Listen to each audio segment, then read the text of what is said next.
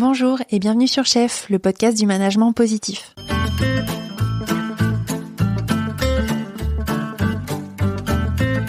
Je suis Sophie Plumer, RH et manager et passionnée par les sujets de management. Mon ambition avec Chef est de diffuser des pratiques de management innovantes, bienveillantes et audacieuses pour aider les managers à faire ressortir le meilleur talent de leurs équipes.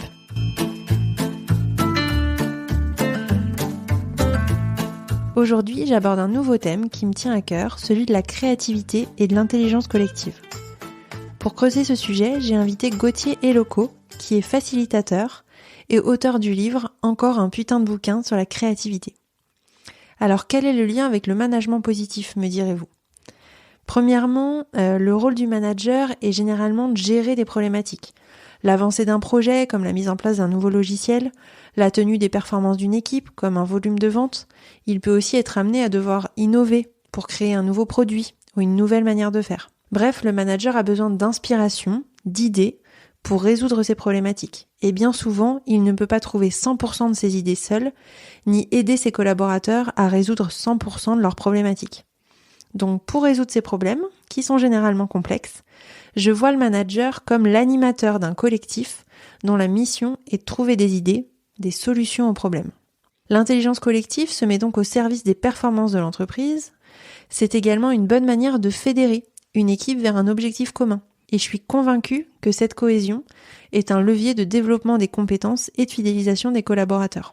Bref, la créativité et l'intelligence collective sont pour moi de vrais leviers de management et de performance d'équipe. Avec Gauthier, j'ai cherché à comprendre ce qu'est la créativité, comment fonctionne le processus créatif, notamment pour les personnes qui pensent ne pas être créatives. Je lui ai aussi posé plusieurs cas pratiques qui, j'espère, vous parleront et vous aideront à appliquer ces conseils au quotidien. Nous avons donc parlé d'idées, comment en avoir, comment faire le tri dans toutes les idées que nous avons, comment les structurer, comment s'appuyer sur les idées des autres. Je vous laisse écouter ma conversation avec Gauthier Eloko. Je vous retrouve en fin d'épisode pour le traditionnel débrief. Si l'épisode vous plaît, je vous invite d'ores et déjà à le partager autour de vous et à laisser un commentaire sur Apple Podcast, ça m'aide beaucoup. Merci et bonne écoute. Salut Gauthier, bienvenue sur Chef. Salut Sophie, et merci de m'accueillir. C'est un plaisir. Gauthier, tu es facilitateur, c'est-à-dire que tu interviens dans les organisations pour créer des dispositifs qui accélèrent la résolution de problèmes complexes. Si j'ai bien appris ma leçon. T'as super bien appris ta leçon. En plus, donc du coup, c'est plein de mots qui, dit tout seul, ne veulent pas dire grand-chose, mais de manière très concrète, ça va être l'organisation d'ateliers de ce que les gens vont appeler de l'intelligence collective ou de la résolution de problèmes.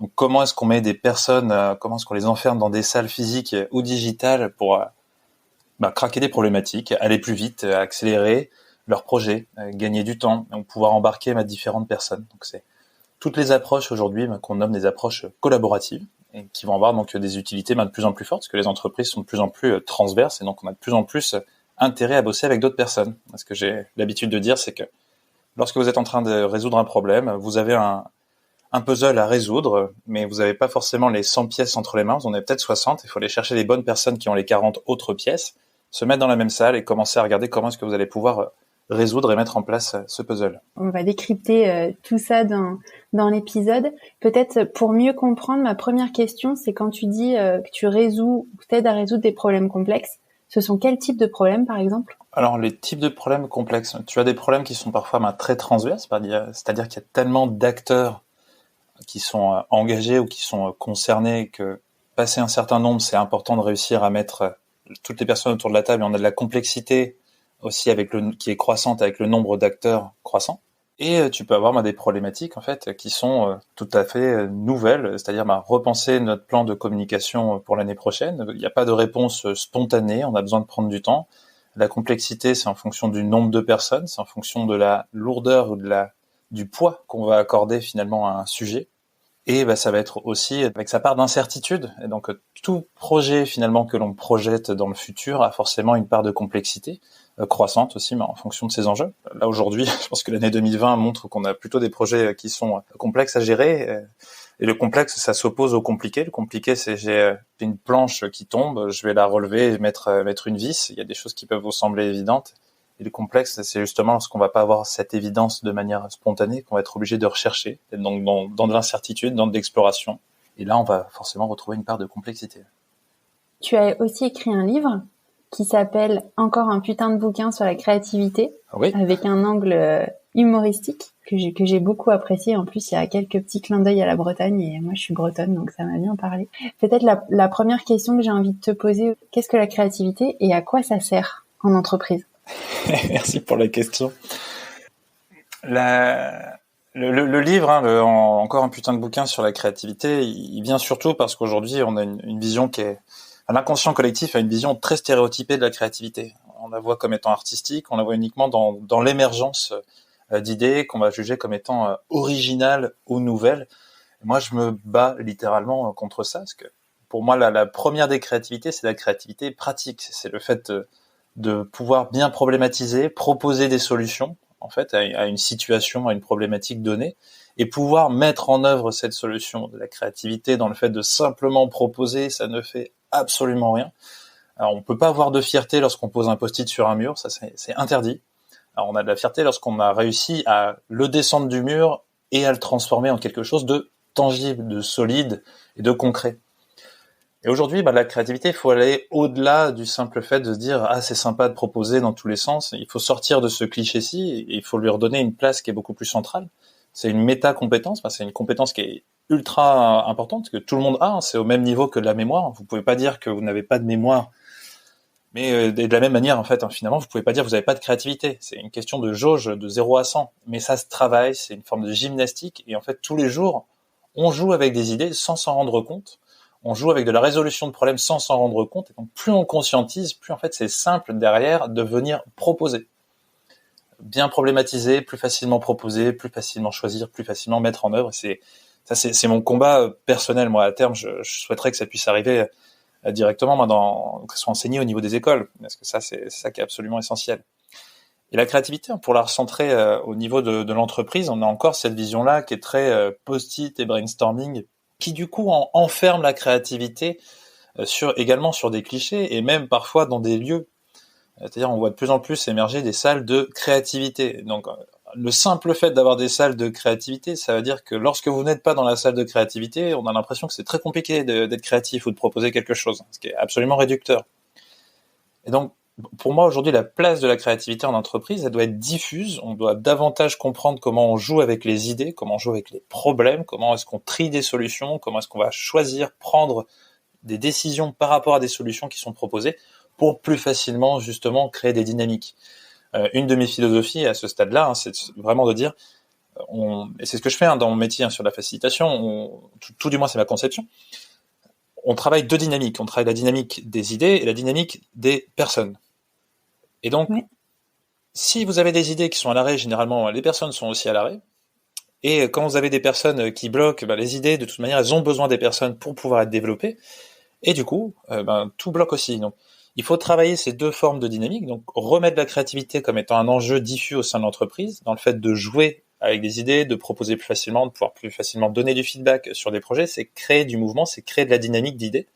Et quand vous avez des idées qui sont de plus en plus dynamiques, vous créez aussi des dynamiques collectives. C'est pour ça qu'aujourd'hui, pour moi, la place de la créativité en entreprise, c'est super central, parce que l'enjeu, il n'est pas de proposer du nouveau ou de l'original, il est d'amener du mouvement dans les idées, donc à terme dans les projets, dans les initiatives.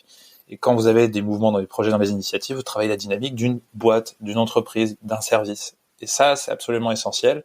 Et quand toutes les boîtes mettent le mot intrapreneur ou entrepreneur à l'entrée, sur le seuil, sur le pas de leur porte, c'est absolument essentiel de pouvoir remettre cette notion de créativité au cœur de la table. Ok. Ouais, j'ai lu une interview que tu avais donnée il y a pas très longtemps et tu disais si vous avez déjà eu une idée brillante à vacher dans un pouf, vous me dites. Ça rejoint ce que tu dis sur la partie salle de créativité, mouvement des équipes, etc. Tu peux nous expliquer peut-être quel est le processus créatif et toi peut-être quels sont les modèles que tu utilises ou un modèle que tu utilises pour susciter ou générer des idées de la créativité? Oui, bien sûr. Alors moi, je vais parler d'un modèle qui est ultra structurant pour moi, que vous retrouvez sur la démarche créative, comme aussi toutes les démarches d'innovation, même d'amélioration continue. typiquement, de manière très classique, lorsqu'on parle de créativité, lorsque vous allez retrouver des formations sur la créativité, ou même des livres là-dessus, vous allez retrouver 2 étapes qui sont absolument centrales, qui vont s'appeler divergence et convergence. La divergence, j'ouvre, la convergence, je referme. Moi, je reprends ce modèle-ci sur un modèle juste mémotechnique. Ça reste de la vulgarisation, parce qu'après, on peut rentrer dans des niveaux de complexité où on va voir que ça va au-delà de ça en tant que tel. Moi, j'appelle ça le modèle SWOF. Ça permet de le garder en tête. Donc, il y a le S pour la synthèse, O pour l'ouverture, I pour l'investigation et F pour la fermeture. Donc, pour trouver le O et la fermeture qui vont correspondre à des aspects de divergence ou de convergence, mais là, c'est avec des mots beaucoup moins pompeux, dirons-nous, tout du moins plus simples. Le S, c'est-à-dire c'est le cerveau, cognitivement, il a besoin d'avoir un point d'entrée pour pouvoir proposer quelque chose. Donc c'est un point d'entrée unique. C'est là où je parle de temps de synthèse. Si Sophie, je te pose 3 questions en même temps, c'est compliqué d'avoir une réponse qui va être commune aux 3, surtout si les 3 sont pas connexes. Si je te demande comment faire pour être heureuse le matin, te réveiller à l'heure et avoir ta douche qui se déclenche automatiquement pour être en confort tout de suite, en fait, ton cerveau dit « mais je me concentre sur quoi ?» En fait, il a besoin d'avoir un point d'entrée unique. Donc si je te dis comment faire pour se réveiller à l'heure le matin, là, ok, j'ai un cadre, c'est à peu près clair. Et donc du coup, derrière, c'est plus facile de venir proposer des solutions, même si elles sont bateaux. Donc là, on va amener un temps d'ouverture. Donc dans l'ouverture, c'est un temps où on vient proposer des solutions. Et derrière, ce qui est intéressant, au lieu de se dire je vais refermer tout de suite, c'est de laisser du recul, ce que j'appelle l'investigation, mais qui est un temps de recul par rapport aux idées qui sont proposées, par rapport aux solutions qui sont proposées. Donc, si tu me proposes un réveil, un grille-pain, une radio, un majordome qui vient tirer tes rideaux comme dans Batman, ok, je prends toutes les propositions, mais je vais mettre un temps de recul. C'est-à-dire je vais commencer à les regarder, à les analyser pour voir les critères qui, à terme, vont me permettre de refermer. Mais mettre un peu de distance par rapport à nos idées, parce qu'on est souvent très biaisé par rapport à ce que l'on propose en premier lieu. Donc le recul est absolument nécessaire pour amener un peu plus d'objectivité, et donc plus facilement et mieux décider par la suite. Donc on referme, donc ça c'est le F de fermer, et donc quand je ferme, derrière j'ai des points de synthèse, un ou plusieurs, je vais peut-être garder 3 solutions, comme je vais peut-être en garder 2, ou peut-être que je vais en garder qu'une seule, mais elles sont uniques et intelligibles de nouveau par le cerveau pour qu'elles servent de nouveau de point d'entrée pour reprendre le processus si nécessaire. C'est ok ? C'est ok, ouais. J'étais en train de faire le processus de fermeture dans la tête. Ouais, si tu veux, même pour vulgariser ça, tu le fais le matin lorsque tu décides de comment je vais m'habiller aujourd'hui, qui est une question qu'on se pose relativement quotidiennement. Les nudistes en font ce qu'ils veulent de cette phrase. C'est de se dire comment je vais m'habiller aujourd'hui. Et donc tu vas regarder tiens tel t-shirt, ah, ok ce pantalon, cette paire de baskets, tiens ça c'est intéressant, peu importe. Donc tu tries, tu regardes plusieurs propositions. Donc ton cerveau il est en train d'ouvrir inconsciemment. Et après il y a un moment où tu te dis mais Gauthier, ce serait peut-être temps que tu ailles regarder la météo, t'as des fenêtres, tu peux aller regarder l'état du ciel. T'es peut-être un peu optimiste parce que là t'es sympa, on est en automne ou alors on est en plein hiver. Je vais prendre en considération des éléments de contexte qui me permettent de plus facilement derrière décider en ce moment il fait froid, je vais plutôt mettre ce pull avec ce t-shirt, ce pantalon et cette paire de chaussures. Et donc à la fin j'ai ma décision, j'ai ma fermeture, mais en fait ce processus de résolution de problème on le fait inconsciemment tous les jours, plein de fois. Et donc plus on amène de la clarté, plus on se décharge en fait de la charge mentale, parce que quand tu trouves pas de solution, tu accumules de la charge mentale. Et ça aujourd'hui, c'est quelque chose à totalement proscrire, à mettre de côté. Ok, donc ce que je retiens de ce que tu dis, c'est c'est super important. Enfin, le process de créativité et de génération d'idées, en fait, il est beaucoup plus fréquent qu'on ne le pense. Tout à fait. Y compris dans notre vie personnelle. Enfin, voilà, il est beaucoup plus fréquent qu'on ne le pense. C'est en étant en action qu'on est, je sais pas, plus efficace, ou en tout cas qu'on peut trouver des idées plus facilement.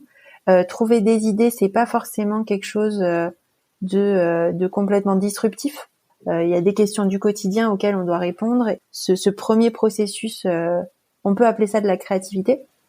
Oui, tout à fait. C'est déjà une forme de première créativité pratique. Et c'est le mécanisme de base. Et donc, avant de vouloir aller faire de l'innovation disruptive, patati et patata, déjà, si on maîtrisait le processus de base dans son fonctionnement, on amène déjà beaucoup plus de fluidité. Et ce qui est intéressant, c'est plus tu as de fluidité par rapport à ce processus-ci, plus c'est facile d'aller amener du nouveau et de l'original. Ouais. Là, pour moi, on est clairement victime depuis 10 ans sur le fait que c'est de l'injonction, à innover. L'injonction à innover, elle est ultra stressante. Parce que innover, c'est quoi? Qu'est-ce qui est nouveau? La nouveauté, elle est sur le process, elle est sur la façon d'utiliser, elle est chez l'utilisateur. La nouveauté, elle est fonction aussi du contexte. C'est-à-dire le verre d'eau dans le Sahara n'a pas la même valeur que le verre d'eau à Paris ou en France. Et donc, en fait, d'une certaine manière, le nouveau ou l'innovant, c'est foncièrement subjectif. Et ça met une pression parce que du coup, on ne sait pas forcément bien choisir. On a du mal à refermer. C'est comme, en fait, je prends souvent cette analogie-là, si je te demande de me raconter une histoire drôle qui va me faire rire, en fait, c'est très compliqué de répondre à ce type de questions parce que ça met une pression sur la blague que tu vas choisir. Et du coup, t'es dans la crainte de dire, ouais, attends, mais l'humour de Gauthier, comment est-ce qu'il fonctionne? À quoi est-ce qu'il est sensible? Et donc, tu fais des suppositions, des hypothèses qui sont plus ou moins vraies, plus ou moins fausses. Et derrière, le fait de choisir parmi les 5 histoires drôles qui te viennent spontanément, c'est pas forcément évident. Et donc, le nouveau et l'original, c'est plus une conséquence d'une recherche, je vais pas dire quotidienne, mais continue, tout du moins, dans les entreprises. Et après, donc, derrière, c'est une question on a des techniques, on a des approches, que ce soit sur de la créativité ou sur de l'innovation, pour créer de la distance, pour aller plus facilement s'inspirer, pour aller plus facilement rechercher du nouveau. Mais auquel cas, c'est une mission à se donner. Mais en maîtrisant déjà les processus de base, on se facilite la recherche du nouveau et de l'original. Ça ne doit pas être une forme de finalité immédiate autour de la notion de créativité. Ouais, ce que je trouve intéressant, c'est donc si je reprends un peu le fil de ma synthèse, finalement, on a tous de la créativité en nous, on est tous créatifs. Tout à fait. Et ce qui est important, c'est de prendre conscience du processus ouverture, sélection, fermeture, mise en application, j'imagine, derrière des idées qu'on a et des choix qu'on fait, quoi. Exactement. On est plus ou moins à l'aise en fonction de l'étape.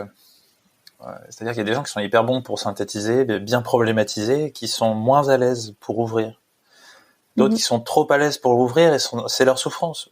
On a tous ce pote ou cette pote qui propose beaucoup, et en fait, c'est aussi son malheur de pas réussir à mettre de la distance et à bien choisir. En fait, on a tous nos formes de faiblesse par rapport à ce processus-ci, et donc plus on en prend conscience, plus c'est facile du coup de rééquilibrer. Tout du moins, moi, c'est mon chemin personnel aussi par rapport à ça. Je suis quelqu'un qui pouvait problématiser assez rapidement, mais j'ouvrais tout le temps.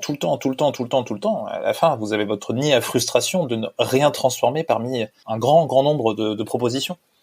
Et la créativité, c'est pas le post-it au mur. La créativité, ça reste de la mise en action, de la mise en mouvement. C'est absolument essentiel. Sinon, en fait, c'est sympa, c'est une idée dans les airs, et ça finira de toute manière par disparaître. Ouais, c'est intéressant parce que finalement, je pense qu'il y a aussi beaucoup de personnes qui peuvent ne pas se sentir créatifs parce qu'ils ne savent pas ou pas comment ouvrir, ou ils ouvrent peut-être moins que d'autres, et inversement, effectivement, il y en a qui ont du mal à fermer. Est-ce que tu as des conseils à donner pour des personnes qui ne se sentiraient peut-être pas créatives parce qu'elles ont des difficultés à ouvrir? Ouais, bien sûr. Le premier conseil, en fait, c'est de prendre votre force. C'est-à-dire que il faut analyser dans nos comportements quotidiens, encore plus sur les comportements professionnels, à quel moment est-ce qu'on propose des idées sans s'en rendre compte. Généralement, les personnes qui sont moins à l'aise pour ouvrir vont dire « Ouais, moi je suis plutôt à l'aise pour peut-être venir re-questionner le problème ». Ça, c'est une super force. Redéfinir une problématique, c'est déjà un comportement créatif. Le fait de travailler sur de l'amélioration continue, on vous considère comme étant quelqu'un qui est toujours négatif ou autre, alors que vous, votre bonne volonté, votre intention, ça reste d'aider. Vous êtes peut-être perfectionniste ou alors vous analysez les risques très très vite. en fait, vous êtes déjà en suggestion d'amélioration continue. C'est déjà de la proposition d'idées. De se dire, tiens, il manque ceci, tiens, tu pourrais rajouter cela. C'est pas forcément très bien perçu par rapport à ce type de feedback, parce que c'est souvent interprété comme étant des reproches. Mais en fait, on est déjà en train de proposer.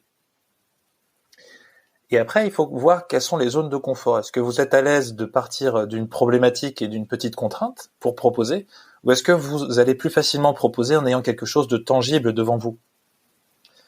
Et donc le premier point, c'est voir où est-ce qu'on a nos zones de confort, où sont les endroits, quand sont les moments où l'on vient proposer des idées ou des suggestions sans s'en rendre compte. Ça, c'est le premier point qui est absolument essentiel. Ok. Et après, il y a d'autres points qui sont de commencer à analyser, en fait, à se mettre au contact de personnes, par exemple, qui sont très à l'aise pour ouvrir et pour proposer, et à décrypter, à déchiffrer avec elles. Mais attends, comment est-ce que tu as eu cette idée? Comment est-ce que ça t'est venu? Qu'est-ce qui s'est passé dans ton crâne? À quoi ça t'a fait penser? Pourquoi est-ce que tu suggères cela? Comprendre un peu, décrypter le fonctionnement des autres, parce que ça donne forcément des clés. Moi, mon conseil principal, ça reste, en deuxième conseil par rapport au premier que je viens de donner, c'est de se dire, au contact des autres, vous pouvez apprendre dans leur fonctionnement, mais demandez-leur comment est-ce qu'ils ont fait. Parce qu'en fait, on est assez rapidement en capacité de dire, ouais, mais en fait, ça m'a fait penser à telle chose, et donc j'ai fait une analogie. Tiens, ok, moi, cette contrainte-ci, je me suis posé la question de comment est-ce que je pouvais l'éviter. En fait, ça se décrypte, un fonctionnement créatif, et encore plus un fonctionnement autour de l'ouverture. Ok. Et j'ai peut-être la même question sur les gens qui ont plus de mal avec la fermeture. Moi, je sais que c'est mon cas, par exemple, donc je suis assez intéressée par ta réponse. C'est clair que je suis très à l'aise dans l'ouverture, mais parfois pour choisir et faire atterrir mes idées, c'est plus difficile. Pas tant que je sache pas le faire, mais parfois j'en ai pas trop envie, parce que je m'amuse beaucoup plus dans l'ouverture. Alors, on s'amuse beaucoup plus dans nos zones de confort. Donc, il y a des gens qui s'amusent aussi dans le fait de refermer et de tuer des idées. Ça peut paraître bizarre de l'entendre, mais c'est le cas aussi. Ouais. Parce que ça amène de la clarté, de passer de 15 propositions à 3. C'est très agréable cognitivement. C'est plus agréable pour certaines personnes que pour d'autres. Parce qu'il y en a qui voient la mort de 12 idées, il y en a qui voient la naissance et la reconnaissance de 3 idées. C'est une façon de voir les choses. Question de point de vue. Et donc, du coup, si toi, tu es très à l'aise pour ouvrir, la question de refermer, c'est comment est-ce que je mets de la distance entre moi et mes idées? Donc, comment est-ce que je coupe le lien de maternité ou de paternité? Comment est-ce que j'amène un peu plus d'objectivité? Et ça va être se dire, ok, quels sont les critères qui vont m'aider à choisir? Quels sont les critères qui vont m'aider à prioriser? Et en fait, il y a quelque chose qu'on oublie dans le brainstorming, c'est on peut brainstormer autre chose que des idées. Alors moi, je fais souvent sur des ateliers des brainstorming sur les problématiques, et je fais aussi des brainstorming sur les critères. Ouais. Et donc, on peut très bien brainstormer de quels sont les critères qui sont importants pour moi. Et donc, quand t'en as 15, tu peux pas choisir. Et donc, moi, je t'invite à faire synthèse, ouverture, investigation et fermeture sur les critères. Parce que tu vas dire, ok, quels sont les critères qui sont importants pour moi dans le choix de mes projets, parmi mes 15 idées? Tu vas peut-être me proposer 8 critères, et je vais dire, avec 8 critères, bien sûr, on ne choisit rien, et du coup, on fait de l'immobilisme. Par contre, quand on en a plus que 2 ou 3, ça devient beaucoup plus facile de classer, de classifier, de choisir, d'amener de la différence. Et mon conseil, c'est de pas avoir plus de 3 critères. Et aussi, si ton déséquilibre il est sur l'ouverture parce que tu as trop de force à ce niveau aussi et moins sur la fermeture, c'est aller chercher des personnes qui vont être plus à l'aise sur la fermeture. Et donc, mais arriver devant elle en disant, écoute, tu me connais bien, tu connais mes projets de vie, toi, quels seraient les projets que tu tuerais? Alors, pas ceux que tu choisirais, mais ceux auxquels tu me verrais plutôt renoncer. Ok. Ça reprend un peu Sartre, choisir c'est renoncer, mais ce que j'aime bien dire c'est renoncer, c'est aussi choisir. Et donc en fait, il faut se poser la question de quand je renonce, qu'est-ce que je suis en train de choisir? Et ça fait généralement amener les critères. Du coup, ça m'amène à une question sur l'intelligence collective, puisque t'en parlais un petit peu au début. Dans les conseils que tu donnes, tu conseilles aussi d'aller voir les gens, soit pour comprendre la manière dont ils ouvrent, soit la manière dont ils ferment. Une fois, quelqu'un m'a dit quelque chose qui m'a assez, vraiment marqué. M'a dit, moi, je ne crois pas à l'intelligence collective. Moi, être créatif, ça ne m'intéresse pas. Ce que je veux, c'est juste bien faire mon boulot. Et je vais beaucoup plus vite tout seul. Je maîtrise tout de A à Z. Ouais, Je suis restée sans voix. Et du coup, c'est un truc qui est resté longtemps en me disant, punaise, mais comment, moi qui suis quelqu'un d'assez créatif, enfin en tout cas qui ouvre pas mal d'idées et qui va très facilement vers les autres et qui a besoin des autres pour réfléchir, j'ai eu du mal à comprendre comment on pouvait réfléchir comme ça. Moi, j'ai accepté bien sûr, mais ça m'intéresse d'avoir ta vision et peut-être des arguments pour cette personne. Pour cette personne, ouais. Ah ben, l'argument principal pour cette personne-ci, c'est le collaboratif. Il faut absolument pas en mettre partout. C'est primordial et essentiel d'avoir des temps individuels. Que ça soit autant sur la réflexion de ses propres idées que encore plus sur les temps de production. Si on voulait du collaboratif tout le temps, en permanence, les organisations telles quelles, aujourd'hui, ça serait un énorme bazar. Le collaboratif, c'est un moment. L'intelligence collective, c'est un moment. Ça se structure. Et on le voit, ça répond aussi à des règles qui peuvent faire peur. C'est-à-dire qu'on a rarement vu une foule être super intelligente. C'est hyper complexe. Et donc, il y a des règles à avoir, il y a des process, il y a des petites méthodes, il y a des règles du jeu à partager pour que ça puisse être efficient et efficace. Et donc, moi, je comprends que ça puisse, faire peur. Deux, que des personnes se disent que c'est improductif. Et trois, que ça permet pas d'avancer, du coup. Parce que, de manière très concrète, il y a énormément de contre-exemples par rapport au fait que l'intelligence collective n'est pas forcément ultra efficiente et efficace, et elle est potentiellement improductive. Parce que c'est pas compliqué de faire déjouer un groupe ensemble. Ce qui est important, c'est comment est-ce qu'on va créer la bonne méthodologie pour faire en sorte que ça soit un vrai temps d'efficacité. Et puis généralement, en plus, pour les entreprises, c'est des temps qui coûtent cher. Si je vous mets 20 personnes d'une même entreprise une journée dans une pièce physique ou même sur un espace digital, ce qui coûte le plus cher, c'est ces 20 personnes-ci synchronisées en même temps. Il y a une obligation que ce temps-là soit efficace. Et en fonction de notre point de vue, on a une aisance qui peut être beaucoup plus individuelle. Et la notion de vitesse en individuel, elle est très intéressante. Parce que si vous êtes d'accord avec vos propres idées, ce qui est à peu près le cas de 90% des Français, généralement, il n'y a personne qui va vous contredire. Donc, j'ai mon problème est clair, je vois 3 solutions qui émergent, j'ai pas trop besoin de mettre de distance, mon critère, il est chiffré, c'est par rapport aux objectifs de mes N+1, N+2. Je choisis très rapidement et je vais très rapidement en action et j'ai besoin de personne d'autre. Et donc, en fait, pour ce qui tient de la problématique, je dirais, de la notion de compliqué, l'individuel peut être suffisant.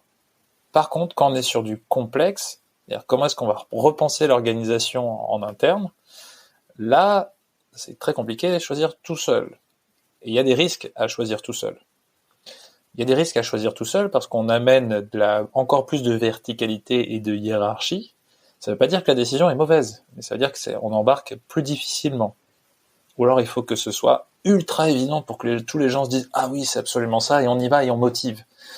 Parce que dans le choix d'une décision individuelle, la dynamique d'idées, elle est assumée. Par contre, ce qui peut manquer, c'est la dynamique collective. Et ça, c'est difficile à quantifier ou à chiffrer. Mais quand vous prenez une décision qui a un impact fort sur un collectif et que les gens ne sont pas embarqués, vous avez des répercussions et vous avez des pertes qui sont intangibles, mais qui sont existantes. Oui, on a peut-être mis peu de temps pour prendre l'idée, mais on va mettre du temps pour l'exécuter. Peut-être quand on embarque plus de monde, on peut mettre un tout petit peu plus de temps pour avoir l'idée, mais l'exécution peut être plus rapide ou plus simple. Il y a même des métiers qui se construisent autour de ça, et ça s'appelait de la conduite du changement. Donc en fait, en soi, c'est se dire c'est un coût supplémentaire la conduite du changement, l'aspect change. Donc plus on peut s'en prémunir en amont, plus on est sur une forme de prévention par rapport à ces aspects-là, plus on gagne en fait derrière. C'est une question, c'est le même rapport par rapport à la médecine, hein, si je me permets l'analogie, hein, on est sur prévenir ou guérir. Et la conduite du changement, parfois, elle arrive, on va la considérer comme étant une forme de prévention, mais ça veut dire qu'on n'est pas très très loin du soin derrière. Ouais, je comprends. Et donc le collectif ou individuel, ça se décide en fonction de la matière première qu'on a, mais aussi des enjeux a posteriori. Ouais. Ça m'amène à une question qui est peut-être plus directe avec l'objet du podcast Chef, qui est le lien entre management et créativité. Toi, dans ce que tu observes, la manière dont tu as d'accompagner tes entreprises, tes clients, est-ce que tu vois un lien entre management et créativité, et comment les managers se servent de la créativité pour manager leurs équipes? C'est une question un peu vaste. Écoute, elle est vaste, mais je vais y répondre, tout va bien. En fait, pour moi, aujourd'hui la créativité, elle va revenir en entreprise par rapport à une notion que j'aime bien reprendre, qui est de se dire, dans les années 2000, on a beaucoup parlé de knowledge management. Alors tout le monde devait faire un wiki. Alors ouais, il faut qu'on fasse des wikis et des book of knowledge, etc., etc., etc. On voulait être certain que tout le monde ait le même niveau d'information, tout du moins de connaissances, et il y avait une question autour de la documentation de la connaissance. On perd pas les process, on sait comment on fait, tiens, c'est documenté, c'est clair, c'est précis, c'est accessible. De plus en plus, pour moi, c'est finalement aussi les valeurs qui sont amenées par la société depuis un peu moins d'une dizaine d'années, mais ça continue à s'amplifier. On est sur des notions de valeurs autour de l'aspect d'intrapreneuriat, d'entrepreneuriat, et puis globalement de la notion d'entreprise dans son sens propre, de se dire j'entreprends quelque chose, peu importe le cadre. Et donc, un des points qui est essentiel aujourd'hui par rapport à la posture managériale, c'est de se dire comment est-ce que je gère les idées que mes collaborateurs peuvent avoir. Est-ce que je leur laisse de l'espace? Parce que s'il n'y a pas d'espace, en fait, pour les idées, on n'a aucun moyen de les capturer, de les recevoir et de les capturer. Et donc, c'est problématique. Donc, dans le management, c'est de se dire, laisser de la place aux idées, c'est absolument nécessaire. Il faut laisser de la place à la créativité, à la résolution de problématiques des équipes. Il y a un deuxième point qui est très fort, c'est la résolution de problématiques, c'est grisant pour les individus, mais aussi pour les équipes. Lorsqu'on réussit à craquer quelque chose, lorsqu'on réussit à cocher une case, lorsqu'on commence à rayer une ligne de sa to-do list par rapport à un problème qui était un peu pesant, on a de la satisfaction. C'est le sentiment de bien-être. On a réussi à le faire. J'ai le mot anglais d'achievement qui arrive en tête, mais c'est de se dire on a atteint quelque chose. Et ça, c'est une fierté, qu'elle soit individuelle ou collective. Et donc, quand on commence à travailler, moi, ce que j'appelle de plus en plus l'ID management, c'est-à-dire laisser de la place pour les idées des collaborateurs et en même temps leur demander leurs idées lorsqu'on rencontre des problématiques, on travaille aussi la dynamique et la cohésion du collectif. Et donc, dans la posture managériale, les aspects de problem solving sont de plus en plus importants. Okay. Et à proprement parler, si on est de plus en plus sur du management transverse, on veut aussi que le management soit davantage, se rapprocher de la figure du manager coach. On a la nécessité aussi d'aider les personnes à venir résoudre leurs problématiques. Et donc, si le manager il a le processus SWOT assez rapidement en tête, il peut voir où vont être les points de blocage de son collaborateur. Donc, c'est beaucoup plus simple. Donc, il y a une question aussi d'éducation à la résolution de problèmes qui est de plus en plus forte et qui est de plus en plus nécessaire. Ouais, c'est ça. Quand tu as un collaborateur qui vient te voir avec un problème et que tu l'aides à réfléchir, c'est à la fois s'assurer qu'il problématise bien, qu'il ouvre bien, qu'il sélectionne, qu'il ait ses bons critères, puis qu'il ferme. C'est ça, si j'ai retenu. Exactement. Donc ça, c'est sur du one-to-one, c'est des points de repère c'est du petit truc et astuce, hein, mais c'est des points de repère qui permettent d'aider un collaborateur en direct. Et puis, le modèle, il permet de réfléchir collectivement aussi. Attendez, est-ce que vous êtes certain qu'on a bien problématisé? D'accord, mais est-ce qu'on Est-ce qu'on a suffisamment cherché des opportunités dans le temps d'ouverture? Ah, ok. Est-ce que vous avez assez de recul pour pouvoir prendre une décision? Ah non, ok, d'accord, on va réinvestiguer peut-être, on va mettre un petit peu de recul. Est-ce que les critères sont clairs pour vous? Ouais. Est-ce que vous êtes aligné sur les critères? Oui, non. Ah, d'accord. Oui. Ah, ok. On peut commencer à refermer. Venez, on vote, on regarde ce qui se passe. Ah, ça nous fait quoi comme effet? Tu vois, en une petite minute, sur 5, 6, 7 phrases, tu peux déjà organiser ton temps de résolution de problème et en impliquant les personnes. Et aujourd'hui, la notion de laisser les personnes être en capacité de proposer des solutions, elle devient essentielle aussi pour garder les collaborateurs. Parce que il y a aussi un enjeu de rétention. Vous avez envie d'avoir des personnes dans vos équipes qui sont en capacité de résoudre des problèmes.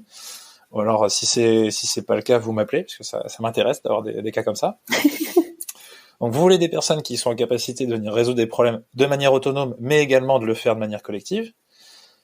Et donc, typiquement, vous voulez vous entourer de ces personnes-ci, vous devez aussi les aider à les éduquer, et si elles sont en capacité de proposer leurs propres solutions, qu'elles voient qu'elles se transforment en objets concrets, en projets, les personnes vont plus facilement rester aussi au sein de l'entreprise.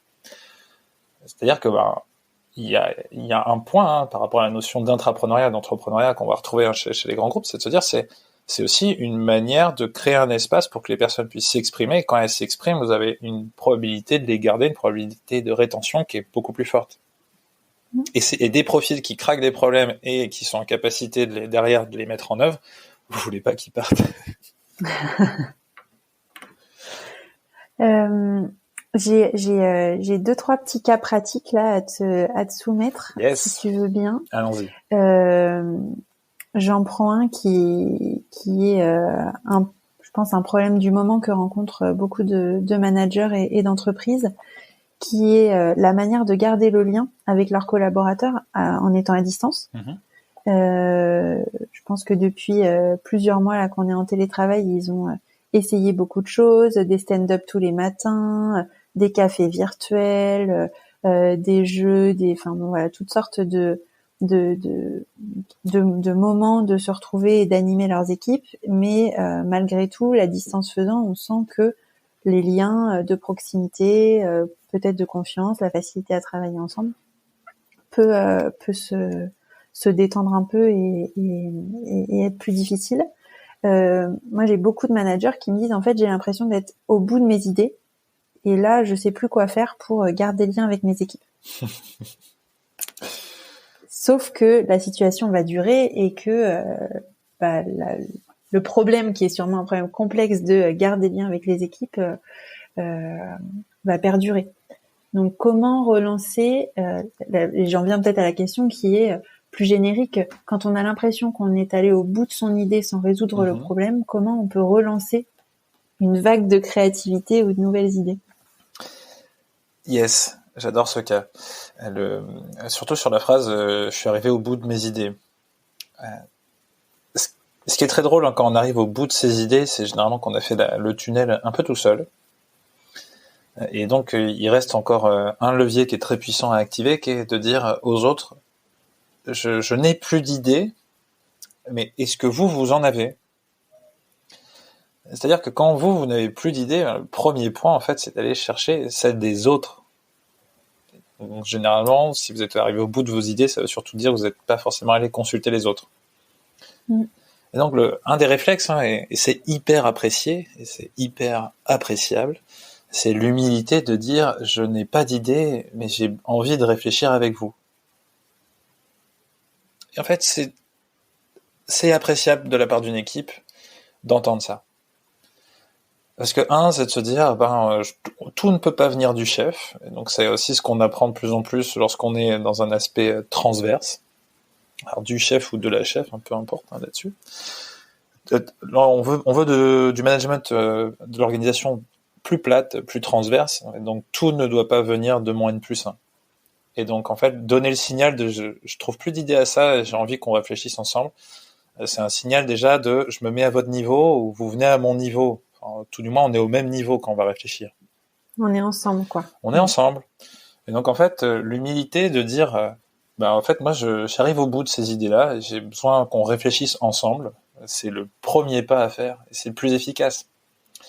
Parce qu'après, vous activez des leviers de motivation qui peuvent être très empathiques, de dire ah tiens, je vais me poser une demi-heure avec cette personne-ci, avec mon chef, puis mon chef, ma chef, et on va voir comment est-ce que ça peut se mettre en place. On va voir ce que l'on peut proposer, on va voir quelles sont les nouvelles problématiques qui se proposent à nous et comment est-ce qu'on peut justement y répondre.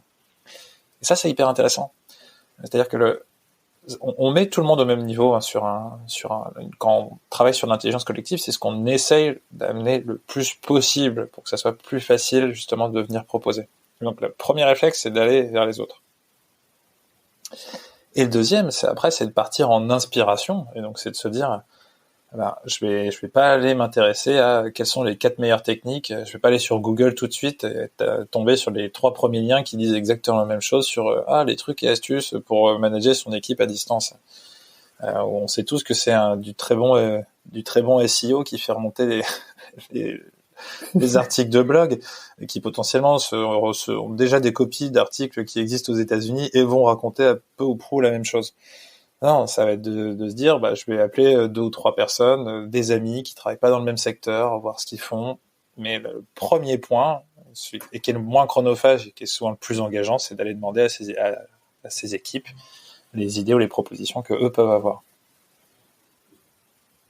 Et comment j'organise la réflexion en groupe, par exemple ? Ouais, une ou des problématiques bien formulées, qui sont claires, et puis après j'organise un temps qui est court, parce que si je suis uniquement sur de l'émergence d'idées ou sur quelque chose qui est pas forcément capital, on est sur un temps d'une demi-heure ou 3/4 d'heure, on met bien le cadre, c'est-à-dire que on explique que les idées de tout le monde sont bonnes à prendre, on veut chercher quelque chose qui va nous permettre de continuer à créer du lien, et on fait en sorte d'avoir le plus possible d'idées.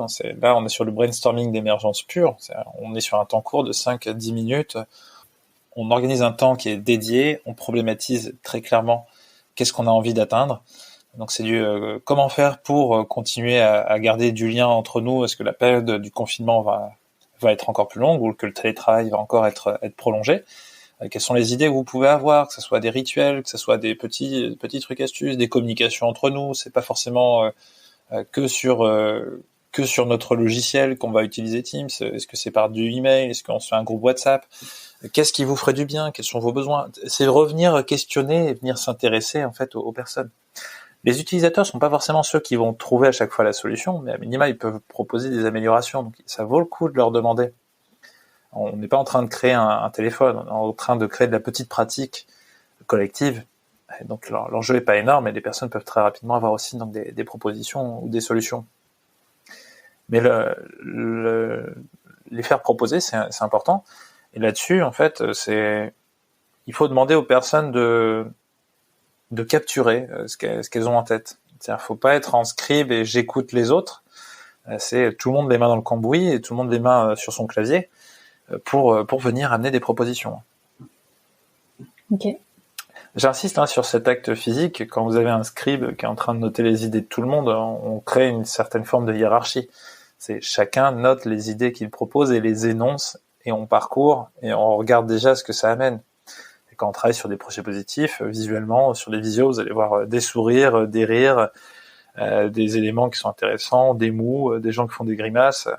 On retravaille de l'émotion autour des idées. Donc c'est des points qui sont essentiels, c'est absolument central pour travailler des dynamiques collectives. Ok, donc on revient sur le fait de pas rester seul, mais de s'appuyer sur les autres pour résoudre le problème. J'avais une autre question qui est, on parlait un peu tout à l'heure sur le temps. Dire ouais, ça serait génial en fait que j'ai le temps de mettre les gens autour de la table, de réfléchir avec eux, etc. Mais en fait là, faut que je sorte une solution très rapidement pour le codir de demain. J'ai vraiment pas le temps de demander aux uns et aux autres. Pour autant, je me sens pas du tout à l'aise. J'ai pas d'idée et je me sens pas hyper à l'aise avec le sujet. Donc un peu l'injonction d'avoir une idée dans un temps contraint. Et bien entendu, j'ai pas le temps d'aller voir les autres. C'est bien ça le cas que tu me proposes. En tout cas, j'ai l'impression que ça va me prendre beaucoup de temps. Donc je vais pas le faire. Une des mécaniques les plus simples à activer sur de la proposition de solutions individuellement, c'est de faire la purge du négatif. Le cerveau est toujours sur des formats de projection.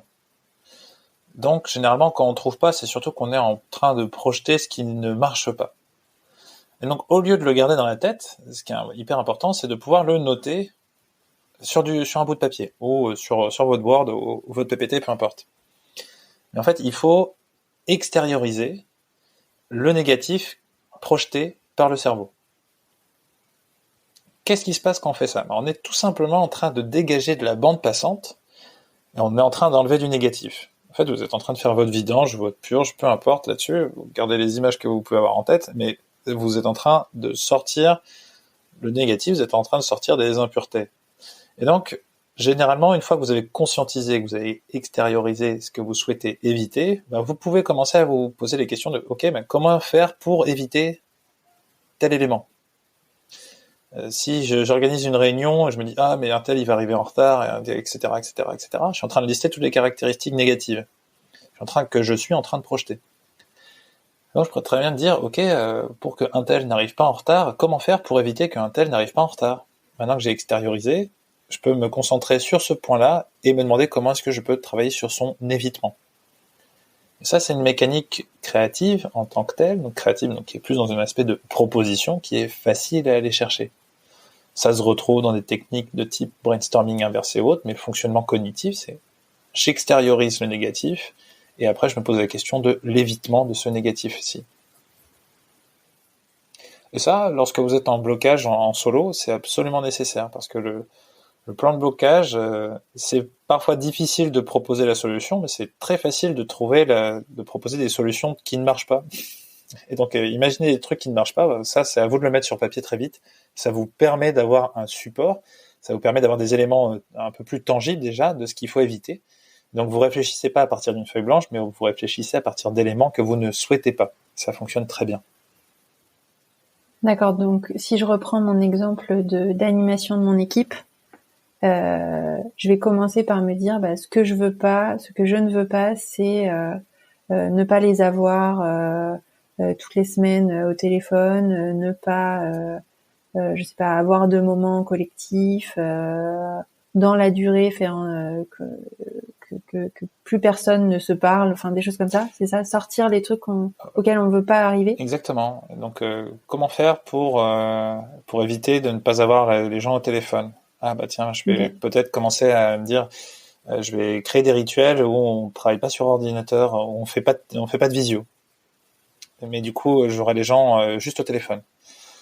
Ou peut-être qu'il faut que je crée des temps individuels qui sont très courts, mais qui sont très rythmés, que j'aille les bloquer dans les agendas, etc., etc. Okay. Et en fait, tu ne peux pas réfléchir avec 15 contraintes que tu souhaites éviter en même temps, tu ne proposeras rien. Et donc, quand tu listes ce que tu souhaites éviter, tu es en train de lister tes contraintes, et le cerveau peut pas jouer avec beaucoup de contraintes pour venir proposer quelque chose. Parce qu'il y a des contraintes qui sont parfois antagoniques, mais il y en a d'autres en fait qui peuvent être complémentaires, où là tu vas dire que je vais proposer quelque chose qui va être plus précis, d'aller chercher une solution qui vienne répondre à 2 contraintes. Mais quand on a 15 en tête, en fait, tu es obligé de les expulser pour créer de la bande passante, s'enlever de la charge mentale, et derrière plus facilement proposer. Okay. Et généralement, une fois que vous avez fait votre purge, si vous trouvez toujours rien, vous allez marcher un quart d'heure. Ça, c'est le temps, c'est ce qu'on va appeler une forme de sédimentation, c'est-à-dire que vous avez secoué toute la poussière, il y en a un petit peu en l'air, faut attendre un peu de temps pour que ça décante, pour que ça retombe, et à la fin, vous avez beaucoup plus de clarté. Et là, ça sera beaucoup plus simple d'avoir des idées, ouais. Quand je disais tout à l'heure que tu avais eu cette phrase de si vous avez une idée brillante affalée sur un pouf, vous me prévenez. Moi, je dis souvent à mes équipes, si vous avez une idée brillante, les fesses vissées sur votre chaise devant un Word vide, vous me prévenez aussi, quoi, parce que je suis une adepte de la marche créative, ou je sais pas comment on appelle, mais en tout cas le fait de mettre le corps en mouvement fait que le cerveau se met aussi en mouvement et on réfléchit généralement mieux en mouvement. Ouais, il y a les concepts de brainwalking et de workstorming qui ont émergé. C'est assez rigolo. On va finir par avoir des coachs en promenade en entreprise si ça continue. C'est ça. Trêve de plaisanterie, le mouvement physique est absolument essentiel au fait de devenir plus facilement proposé. L'encrassement physique, le fait d'être pâteau, immobile, joue aussi en fait sur la dynamique cognitive. Et donc c'est intéressant de travailler le mouvement pour plus facilement proposer. On est plus facilement dans une capacité créative et à proposer lorsqu'on est debout. Là, en ce moment, ce qui se passe par rapport à tout ce qui se fait en digital, et sur les visios, les ateliers collaboratifs en ligne, on a des super résultats par rapport à l'efficacité qui est de venir remplir des cases. Alors quand je dis remplir des cases, c'est pas grossier ou quoi que ce soit. C'est vraiment de se dire, par exemple, on doit construire une roadmap. On constate que l'efficacité sur ordinateur, elle est plus intéressante que sur de l'atelier en présentiel. Par contre, sur tout ce qui est des projets d'innovation, on veut créer de la distance par rapport aux espaces de réflexion, c'est bien plus difficile d'amener les personnes à aller rechercher à amener un petit peu d'écart parce que on les a mises dans une posture de concentration derrière écran. Et depuis tout petit, ce qu'on a derrière du Word ou du PPT, c'est pas forcément de la créativité. On est plutôt dans de l'exécution, dans de la production. Et en s'appuyant sur ces mécaniques-ci, on gagne en efficacité. Par contre, c'est très compliqué d'amener une réflexion qui amène de la distance, qui va amener un regard un petit peu différent, plus distant par rapport à ce qu'on propose. J'avais une dernière question, peut-être cas pratique. Donc on avait la problématique de je suis à court d'idées, la problématique de je n'ai pas le temps d'avoir une idée entre guillemets. Ma troisième problématique, c'est je veux bien travailler avec mon équipe ou je dois travailler avec mon équipe ou une équipe, mais les gens avec qui je travaille, ils n'ont pas d'idée. Je leur fais pas confiance sur le fait d'avoir des bonnes idées. Sans confiance, faut pas y aller de toute manière. Alors moi j'aurais envie de dire, il faut y aller, faut tenter. Je vais plutôt avoir des arguments pour essayer de convaincre la personne, de dire y aller. Il y a un principe qui est de dire que tout le monde peut avoir une bonne idée, même votre collègue le plus débile. Donc ça c'est hyper important. Et peu importe l'âge, et peu importe son ancienneté dans l'entreprise. Et donc tout le monde peut avoir une idée, tout le monde peut avoir une bonne idée. C'est un principe à avoir par rapport à la créativité, ou même encore plus par rapport aux approches collaboratives ou d'intelligence collective. Et donc, ne pas croire en les personnes, ça c'est un autre problème de management, qui est un problème plutôt de confiance et de façon de considérer les autres. Et moi, je n'ai rien d'autre à dire à ce stade-là par rapport à une problématique par rapport à une personne qui n'aurait pas confiance en ses collaborateurs, que de dire c'est dommage, parce qu'à un moment quelqu'un vous a aussi fait confiance par rapport à votre capacité à proposer, sinon vous seriez pas à votre poste. Et donc c'est important de déléguer cette confiance-ci, de faire participer, de faire contribuer, d'engager, de faire collaborer, de faire co-construire certains éléments avec les personnes qui travaillent avec nous. En fait, s'il n'y a pas de matière première commune, il n'y a pas d'équipe. Il y a qu'une somme d'individus. Et donc, l'engagement et l'aspect collaboratif, la créativité qu'on pourrait qualifier de collective, elle doit exister pour qu'il y ait équipe. Oui, et après, si l'output, on a l'impression que l'output n'est pas, solide. N'est pas solide, on peut aller chercher d'autres personnes à l'extérieur de ce groupe pour challenger l'idée du groupe. Ouais, tout à fait. En fait, le feedback, c'est un temps collectif et c'est un temps créatif. Ça, on s'en rend pas compte. Le feedback projet, j'entends. C'est différent du feedback interpersonnel. Le projet, lorsqu'il existe, lorsqu'il est mis au milieu de la table, ça devient un support collectif. Ça devient un support, en fait, pour faire travailler un collectif. Et donc, lorsqu'on vient chercher un feedback, si j'amène mon projet au milieu de la table et que je viens chercher ton feedback, Sophie, en fait, j'en fais un temps où toi, tu vas forcément à un moment amener des formes de propositions, des suggestions d'amélioration. Et en fait, la proposition et la suggestion, c'est déjà un petit acte créatif. C'est de se dire, je récupère des propositions pour améliorer ce que j'ai mis au milieu de la table. Donc si ton idée, elle est pas solide à la sortie, tu peux aller la faire challenger par d'autres personnes pour enrichir. Enrichir, c'est un acte créatif. C'est pour ça, en fait, malheureusement, que les perfectionnistes sont vus comme des casse-pieds en entreprise. Mais ça part d'une intention de je t'amène un niveau de détail qui pourra faire la différence. Tout du moins, c'est ce qui se passe dans leur tête. C'est pas forcément ce qui se passe dans la compréhension de la personne qui reçoit le feedback. Qui va dire, attendez, on n'a pas besoin d'aller chercher le 20% supplémentaire. Pour la personne, pour le perfectionniste, en face, c'est évident qu'il faut le faire.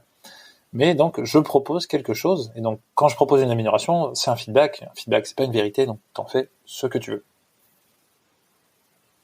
Ok, très clair. J'ai quelques toutes dernières questions un peu plus personnelles. Toi, c'est quoi la meilleure idée que t'aies jamais eue? Waouh.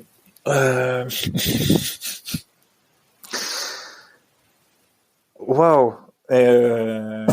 C'est difficile ça comme question. Attends. La meilleure idée que j'ai jamais eue? Bah, je sais pas, parce qu'en fait, meilleur, je sais pas ce que ça veut dire de la même manière que je pourrais pas te dire nouveau. Là, meilleur en tant que tel, c'est pas un mot que je réussirais à définir précisément, factuellement, pour pouvoir avoir des critères qui me permettent de choisir. Tu vois, celle-là. Si je te disais, si on considère que la meilleure, c'est celle qui m'a rendu le plus heureux, bah, ça serait les idées plus personnelles qui concerneraient plus ma vie perso. Ça peut être des choix ou des décisions. Et après, dans ce qui serait de meilleure idée à l'échelle d'entreprise ou d'initiative, ouais, c'est des bonnes idées partagées. Moi, on a co-créé avec deux personnes, Joris Renaud et Cécilia Pinto, une association qui aide à l'échange de pratiques pédagogiques pour le corps enseignant, sans distinction de niveau, sans distinction de discipline. Ça s'appelle EduVoices. Et c'est aujourd'hui une idée pour laquelle j'éprouve beaucoup de fierté, parce qu'en fait, ça a continué. Moi, j'en suis sorti opérationnellement, et ça continue à inspirer le corps enseignant, à avoir dépassé les frontières françaises, et à justement travailler cette accélération d'échange de pratiques. L'aspect éducation, c'est quelque chose qui me tient beaucoup à cœur. Je dirais que ça, à l'échelle d'initiatives d'entreprise, à ce stade, c'est une des meilleures idées. Et après, moi, j'ouvre beaucoup, donc des idées, j'en ai pas mal. Je les stocke sur un espace numérique que je réouvre, parce que j'ai mes rituels, j'ai mes gestes, en fait, qui me permettent d'aller considérer les différentes idées. Et considérer la meilleure, c'est très compliqué. Merci, je pense, la question la plus difficile que j'ai pu avoir depuis un petit moment. Bon, je prends ça comme un compliment. C'est une des questions que j'avais, c'était aussi, et t'as commencé un tout petit peu à ouvrir là-dessus, c'est comment tu canalises tes idées, justement? Ouais. Alors, en fait, moi, canaliser les idées, c'était une nécessité. À titre, à l'échelle perso, moi, j'ai beaucoup souffert d'avoir beaucoup d'idées, à pas réussir à les mettre en phase. C'est-à-dire beaucoup d'envie, beaucoup de motivation, beaucoup de besoins, beaucoup d'idées, des choses drôles, des choses centrées sur de l'entreprise, du business, d'autres sur du social. Tiens, on pourrait faire ci, tiens, on pourrait faire ça. Et c'est épuisant, en fait, d'avoir le cerveau qui est en capacité de proposer beaucoup. Moi, je me rappelle, j'avais travaillé avec un de mes frères sur le naming d'une boîte qu'on était en train de monter à deux. Et je me suis enfermé 1 heure avec de la musique et j'ai sorti 400 noms de boîtes. Et en fait, à la fin, j'étais rincé. C'était, moi, je me souviens de sa tronche quand il est revenu, il dit, comment t'as fait? En fait, moi, ça m'a fait rire parce que dire, je sais pas, c'est assez spontané, assez naturel. Mais après, il a fallu tout trier. Et ça prenait énormément de temps. Et c'était intéressant de progresser, de continuer, de voir ce qu'il en ressortait. Mais il y avait cette nécessité, en fait, qui était de se dire, il faut que j'apprenne à gérer, à canaliser les idées. Donc, je les note. je les extériorise le plus possible. Donc ça se passe sur mon téléphone portable parce que c'est l'objet que j'ai le plus à portée de main. Ça se passe pas sur des carnets, parce que les carnets, typiquement, vous les réouvrez pas. Vous les mettez dans des placards, vous êtes fiers, vous avez noté votre truc et vous les réouvrez pas. Moi, j'ai mon espace numérique que je réouvre. C'est toutes les 2 semaines ou tous les mois pour relire pendant un quart d'heure ou 20 minutes toutes les différentes idées que j'ai pu avoir et me dire, tiens, est-ce que ça c'est intéressant en ce moment ou pas? Une idée, en fait, ça a une valeur dans un contexte donné. Alors, c'est le contexte dans lequel vous êtes, parce que c'est le contexte de votre société, mais c'est aussi votre contexte personnel. Parce qu'à certains moments, il y en a certaines que vous pouvez activer plus que d'autres. Et il y en a que vous ressortez du placard, vous dites, tiens, là maintenant, ça si, j'ai envie d'aller la développer, je pense que j'ai le temps pour la développer. Et moi, mon critère essentiel par rapport au fait d'avoir plein d'idées, ça a été la gestion du temps. J'ai tapé un burn-out à 25 ans en étant indépendant. Je bossais de 7h du matin à 1h du soir, 6 jours sur 7. J'ai claqué, littéralement. Je me suis brûlé, je me suis consumé sur place. Alors que t'as 25 piges. En fait, ça, parce que je savais pas gérer ça. Et donc, c'était de la boulimie d'idées, de projets qui arrivaient. Et donc, maintenant, j'ai mes règles pour dire non, pour dire ça, j'en veux pas. Pour me dire, tiens, ça, c'est une idée, ça me fait marrer, mais c'est une sacrée idée à la con. Et je mets ça de côté. Et surtout, maintenant, je le prends avec beaucoup plus de sourire, beaucoup plus d'humour qu'avant, où je me dis, non, cette idée a vraiment beaucoup de valeur, il faut absolument la développer. Il y a plein d'idées de valeur dans votre vie que vous aurez et que vous ne pourrez jamais développer parce que, en fait, même si le cerveau donne l'illusion d'être une ressource infinie, votre quotidien, c'est uniquement de la ressource finie en tant que telle. Vous n'aurez jamais assez de temps pour développer tout ce que vous avez en tête, que vous ayez peu ou pas d'idées. Donc en fait, le deuil et l'acceptation du fait que certaines idées émergent et soient mises de côté, moi ça a été mon apprentissage salvateur pour pouvoir être à l'aise aujourd'hui et puis pour encore plus facilement accompagner, que ce soit des boîtes, des grosses boîtes, des PME ou des entrepreneurs qui démarrent sur un coin de table. C'est cet aspect d'hygiène, je dirais, au niveau de l'idée, moi c'est ce qui m'a sauvé, et puis c'est là où je m'éclate aujourd'hui, et c'est ce qui me permet aussi d'en parler plus facilement. Canaliser ne veut pas dire arrêter d'en avoir. Tout à fait. Et donc en fait, par contre, il y a ce qu'on appelle la charge mentale. C'est-à-dire, si ton idée t'amène de la surcharge mentale, pour le coup, elle est pas bonne. Enfin, tout du moins, moi, c'est un de mes critères personnels qui est de dire, je la note, j'ai pas de place pour elle en ce moment, mais je la mets de côté. Et après, il y en a certaines que j'ai en ce moment, je me dis, tiens, non, je vais pas les développer, je vais les remettre au placard. Dans le bouquin, je développe ça, je mets 4 zones.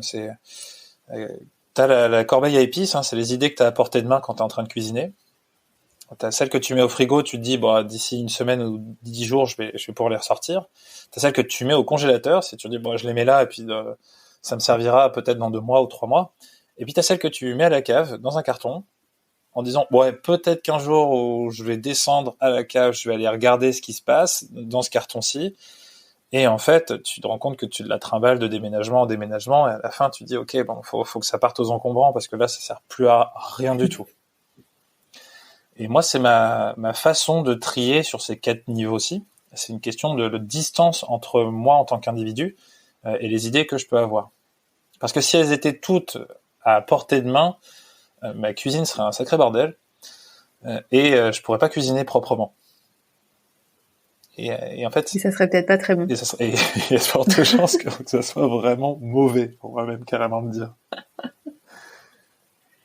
Quelles sont tes sources d'inspiration ? Alors, deuxième call.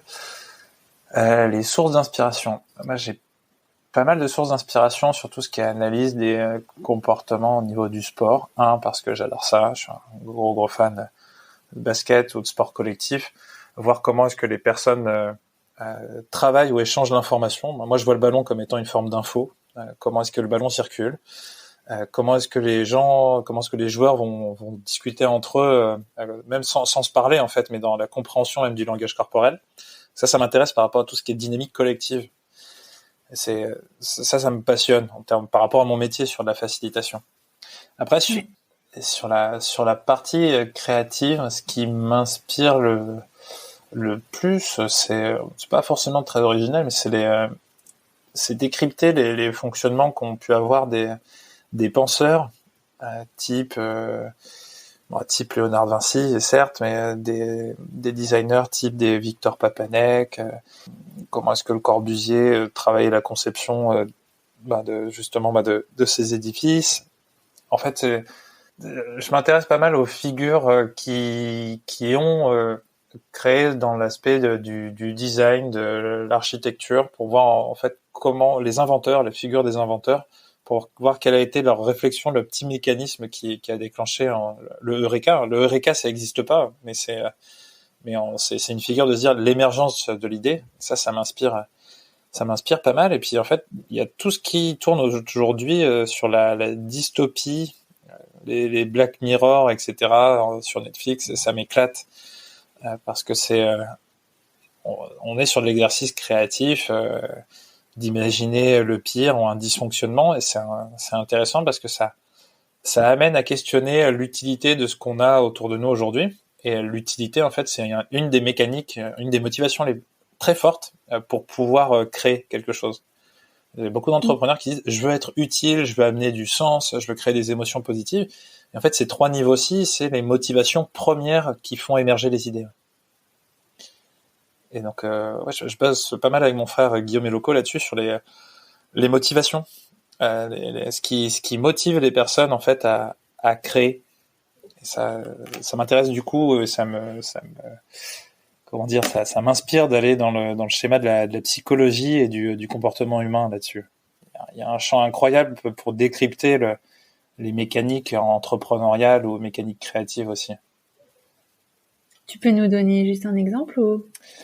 En fait, quand tu commences à croiser la psychologie et la créativité, tu vois que les personnes, en fonction des individus, t'as pas forcément envie d'apporter la même chose par rapport à ce que tu proposes. Donc ça dépend de ta focale, quel est ton centre d'attention. Est-ce que si tu as un aspect qui est plus motivé par de l'utilité très concrète, très tangible, qui fait avancer, qui fait fonctionner les choses, tu peux avoir une créativité qui va être très fonctionnelle. Si tu es plus, par exemple, sur un rapport affectif, tu vas être motivé par le fait de ce que va créer chez les gens, en termes d'émotion, ce que tu apportes. Moi, c'est mon cas en tant que tel. J'exprime plus facilement ma créativité quand il y a une forme de création d'émotion chez les personnes en face, que ce soit de l'émotion de sérénité ou même une émotion, par exemple, de surprise. Et tu as d'autres mécaniques, d'autres leviers de motivation qui sont intéressants autour de la notion du sens, la finalité haute de ce que j'amène. Ça, tu vas le retrouver beaucoup chez les entrepreneurs sociaux, par exemple. Où tu as une question de je veux changer. Alors, parfois, on s'attaque à des sens qui sont trop grands par rapport à l'échelle de nos projets. Lorsqu'on est en train de faire un projet d'entrepreneuriat social à Paris, on n'est pas en train de forcément sauver les ours en Alaska. Mais en fait, il y a une sens et une finalité qui est très haute, qui vient motiver les personnes et qui les amène à proposer. En fait, on propose rarement quelque chose qui ne nous motive pas. Et donc, c'est hyper intéressant d'aller creuser les deux. Et donc, écoutez aussi les idées de vos équipes en posture de manager, de chef, parce que typiquement, ça parle aussi des motivations des gens. Et inversement, c'est intéressant de connaître les motivations des gens pour peut-être parfois pour savoir qui mettre autour de la table quand on a besoin d'avoir une idée et avoir de la diversité dans les motivations et tout à fait. les touches personnelles, quoi. Dans les idées qu'on pousse, on met forcément un peu de nous-mêmes. Donc en fait, ce qui compte, c'est aussi d'amener un peu de distance, et donc amener de la diversité, ça va aider justement à se détacher du fait que l'idée elle est trop incarnée par une seule personne.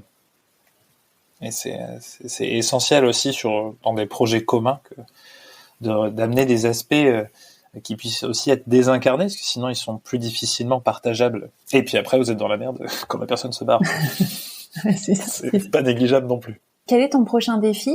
Ou t'as ton actu, ce qui va t'occuper là sur les prochains mois? Eh bien, écoute, tu vois, par rapport à ce dont je te parlais sur le fait d'avoir plusieurs idées, j'ai 4-5 idées en ce moment qui sont autant des idées de création d'entreprise que même de reprise d'entreprise ou projet artistique. Voilà, il y a 5 idées. Alors, je dis projet artistique, mais c'est plus sur un projet de nouveau livre, mais avec une dimension un peu plus artistique.